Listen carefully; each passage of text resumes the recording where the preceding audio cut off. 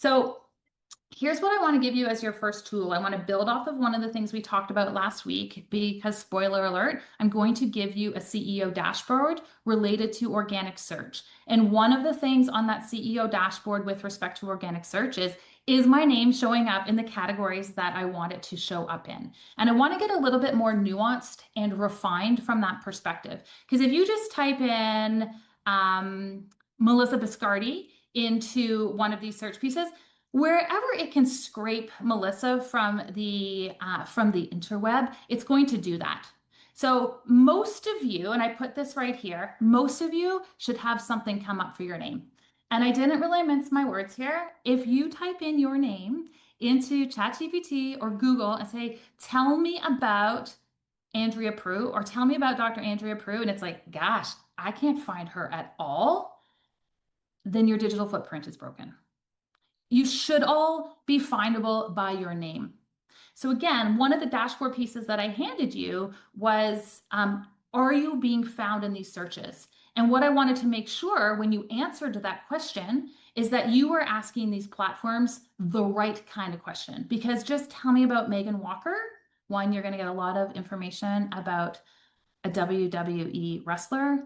But number two, that doesn't really tell us whether my organic search is highly effective. So tier 1 is the baseline. This is not the gold standard that we're working with. Tier 2, we're starting to talk about category. So here's where we're not naming yourself by name. We're really trying to be like, what do I want to be known for? This should sound familiar. The conversation of the arena of authority, which is not just your niche. It's where you are, it's the thing you provide a solution for. It is where you are the agreed upon expert, and it might be a specific population that you work with. That's the idea of the arena of authority. That's what we're really talking about here for tier 2 in this category search. Who are the best nutritionists for autoimmune disorders in Calgary? Who's the best practitioner for? So these are category searches. You're going to want to come up in these. You can tell right now who has strong organic search features already built into their website because their names are going to come up here. You might have some people who pay for PR, and if people who pay for PR, their names definitely better come up here. So you'll learn about next week, and we'll talk about this next week, different types of citations in the online space carry different weight. But this is the kind of place you do want to show up in tier 2 categories. You're going to be able to ask this question in a variety of different ways. Tier 3, here's the gold standard. And so when you get your CEO dashboard and it says, did I show up in an LLM search, Claude, Perplexity, GPT, you can look at others. This is the kind of thing we want to show up in. Not where people are naming you by name, not where you've been indexed on Health Hives, for example, where we've indexed all sorts of invisible pages with respect to like the 10 best naturopathic doctors, the 10 best dental clinics, the 10 best. What's going to happen when a 45-year-old woman at 2 o'clock in the morning who can't sleep says, I have insomnia at 2 a.m. I don't drink alcohol. I do all of the right things. Who's the best person in my city to help me with this? That's what we really want to unpack and uncover. That is going to be how we structure and write your blogs. That is going to be how we post and pull transcripts from podcasts that you are a part of. This is where we're really intentional around the type of language that we are using on posts on social media. This is the kind of search we want to come up in. Don't have a freak out if you're not coming up in these pieces. We're going to talk about what it is that you have to do in order to hit that.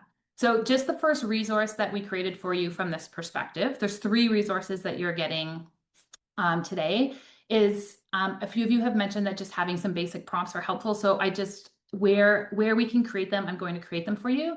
So an AI visibility prompt bank, we've got 3. How to get found for tier 1, 2, and 3, the kind of prompts that you're going to want to put into any of these search engines. So you can play around with how you want to word that. But the goal here is now you've got some prompts you can use as you are refining some of those back-end entities to improve your searchability. Does that make sense as we're going along? Okay, great. I just want to give you resources that make things easier. It doesn't mean that it is the only way to do these pieces. So I just wanted to be clear on that. So When we're talking about, and you have, I'm just going to call them your SEO guy because it's just, I think we all universally understand who that person is. They obviously want you to feel like you are receiving value for the work that they are doing. They are also like super nitty gritty on the details. And that's wonderful because a lot of us don't want to necessarily hang out in that place. So if you don't have a site that automatically manages these things for you, you may have a person who helps support some of these entities for you. And so what I want you to be able to do when you get that report is not be, it's not like looking at blood work you've never been really taught to interpret. I want you to be able to look at that blood work and go, okay, there's a lot of data here. What are the 4 things that are actually meaningful and important for me? So this is the second resource that I pulled together for you guys. Oh, it's really sad when it doesn't show up on the screen. Let's see if it came up here for us. It did not. I'll have Nicole drop it. Now we're just in a bit of a mess here. And that is your CEO dashboard. So if Nicole can drop that into the chat just so you have access, it'll also sit underneath where we're going. I'll pull it up on the screen for you afterwards so you can get a sense of that. But what I wanted to do is I wanted to give you a few core metrics that you are able to measure and you're able to have a look at. These are the ones that meaningfully indicate where things are moving. And I've set that dashboard up, and it might surprise us by showing up a little bit further along in this deck. I've set that up so you can input those numbers on a monthly basis. I've also created a second document that accompanies this, which is a searchability SOP. And that searchability SOP is something you can use, or you can hand off to a team member, and they can pull these core data points for you. So it's either your SEO guy who's going to hand you a report, and that data will be embedded, or a team member is going to go into your Google Analytics account, or they're going to go into the back of your website and they're going to pull these core metrics for you. And you're going to have one dashboard where you can watch to see whether or not they are moving in the right direction. So like any data points in isolation, they're not nearly as helpful as when we start to actually look at them in terms of a broader context. I do think it's ironic that we talk about a link or image being broken, and it is presenting us with a broken image. It's almost like it was intentional, but I'll tell you the truth. It wasn't. I just looked at it beforehand, so I don't know why it's not pulling up. So let's talk about what those 4 metrics are that matter. I'll show you really quickly if you do have a high validity site where you can go and find these pieces. But this is why when I say you don't necessarily in 2026 need an SEO guy. A lot of times these tools, and there can be plugins for a WordPress site, for example, a lot of times these tools are inherently built into your site already. What I don't want any of you doing, I just want to call it out, is this terrible use of your time to go in and add alt tags or go in and add H1 headings, because half of the room, as I even say those things, are like, I don't even know what you're talking about, Megan. So learning about them, let alone how to label them effectively in the back of your website, is not CEO activity. That is outsource activity, or it's something that should be built onto your site already. So there's 4 on your dashboard. Here are the 4 key things that we're going to measure. These are literal screenshots, and I'll show you on the back end how we access them and where they come from a page on a high-validity website. I showed you this really briefly last week, but the goal is for any of your pages on your high-validity sites, you can go in. Sorry, I'm not having the easiest tech day. So you can go in and you can see these scores for each page on your website. I'll show you in a second. I'll bring it all up so you have a little bit more granular view. But even with all the data available here, you don't need to know it all. So what is really helpful for you to know is, number 1, are the right people actually finding you? Qualified traffic. And we're going to look at that, and I'll show you this on your CEO dashboard. We're going to look at whether or not this is qualified traffic, because you might have a ton of different people hitting your website on any given week. So you can look at Google Analytics to see that. And how do we know if they're qualified traffic? Well, did they book a call and did they convert? So we're going to start to really measure those steps. You want to know if the people who are hitting your site, the people who are interacting with your messaging, are actually the right people to move on to that next step. So these are the core things we want to know. Is the traffic qualified, the people who are finding you? A lot of people have found historically when they pay for Google ads or they have a Google landing page, that's great. They're like, we get a ton of traffic. And less than 10% of them are actually the kind of people who want to pay for our services. So we get a lot of curiosity calls. It takes a lot of resources and refinement. But if we're not tracking those things at all, we don't know. The second piece we want to look at is conversion rates. Are the people who are hitting your website, are they actually converting into becoming at least clients who sit down with you for a discovery call, if not paying clients within your business? So it comes back to data tracking in your business. When you've got a discovery call, a lot of your EMRs will ask, how did you hear about us? You're going to want to pull that data out. You're going to want to see, great, 80% of our clients are coming from Google searches. How does that compare to the number of organic searches you're getting on your site from Google Analytics? So starting to pull some of these core numbers is going to tell the story. The third metric that we're going to have a look at is the technical health of your site. So you'll start to see this as we dig deeper into the data and we start to dig deeper into the actual report that you can get for each of your pages. It will tell you visually what you can do to improve where you're at. The screenshot I took here happened to be a good page from an SEO perspective. I was building out some elements of this site. I can guarantee you there's lots of pages that I am responsible for that have a worse score than this. I am famous for having a big wall of text. I'm rather loquacious. I tend to write a lot. These are one of the things that will naturally bring down your organic search scores. If you've got links on your site, a bunch of you, I go into your sites. Every time I write one of your ascension reports, I'm on your website, I'm clicking on your Instagram. The link is broken. When there's broken links on your website, it decreases your ranking from an organic search perspective. What do you not have time to do? Go into all of the different pages on your website to see whether all the links are working. That is not a CEO job. This is why it's really helpful and really powerful when these types of rankings are available right on your website.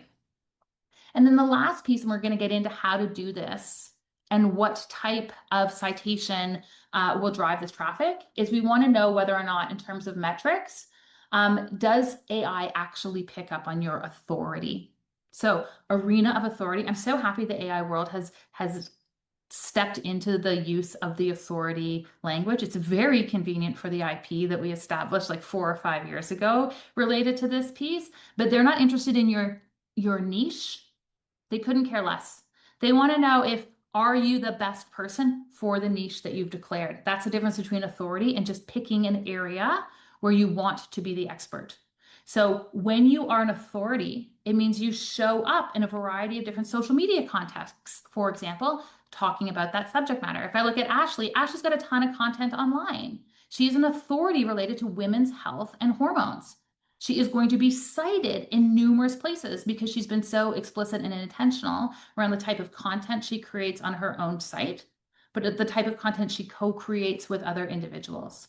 So that's what I'm talking about when I talk about citation and authority as it pertains to AI. So just to manage your expectations around this, again, CEO lens, you're all on different platforms. So the reason that I am coming back to this idea that you should not be paying thousands of dollars a month for somebody to be fixing your broken links is because most website infrastructure should have these types of things inherently built in, and it should be AI driven. So it should be able to give you a technical baseline. So what is the health score of your searchability? That's what they mean by health score here. It should be able to detect broken links. It should be able to check if images are broken. Ironically, my image was broken. It can flag whether or not your content is all written by AI or whether your content is written by humans. So half the room is like having these faces like, what? LLMs can search whether or not I am using AI to write my content. You look like a bunch of like grade 9 students who just submitted an essay and the teacher said, I'm checking all of your work.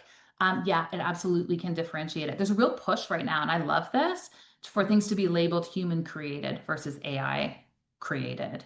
So that there's a lot of things that will tag whether something has been created by AI, but you really earn your place when all checks indicate that a human has written, whether it's a blog post or Substack or a caption on an Instagram story. And then site architecture. So there's automatic linking guidelines. Last week's content, I talked about markdown schemas. These are not the kind of things I even want to understand in greater nuance, but there are technical requirements on the back side of your site that will increase your organic searchability. We talked about a few of them last week. We're going to go into more detail next week. But if your website is not mobile responsive, that's an easy one that we've all kind of known about for years. If your website's not mobile responsive, if you have a really slow loading speed on your site, if you have a bunch of images or videos on your site, it slows down the speed at which it will load. And Google and ChatGPT and Claude, they want to give people the best possible user experience. So if it takes forever for your site to load because you open with this really great high resolution video that you just spent a ton of money on, it's actually going to decrease your inherent ability to be searched. So when you have an AI driven tool that tells you the nuance of how well you're doing from a searchability perspective, it allows you to gauge whether or not you want to keep some of these tools on your site. It's just a general flag that sometimes the best place to spend your money is not these really big, expensive video shoots that sit at the top of your website. That's not the thing that's actually going to drive conversion right off the top. So there's a little bit more strategy that we can start to bring into the placement of these elements. But this is your CEO dashboard. There is a tab underneath it. And here are the core things we're looking at. So we're going to look at traffic. We're going to look at conversions, which you can pull from your EMR, the health of your site, AI presence across at least 2 platforms, and then looking at revenue numbers. It's just a really quick snapshot of what's going on in your business, tying your marketing to the economic health, tying it to conversions.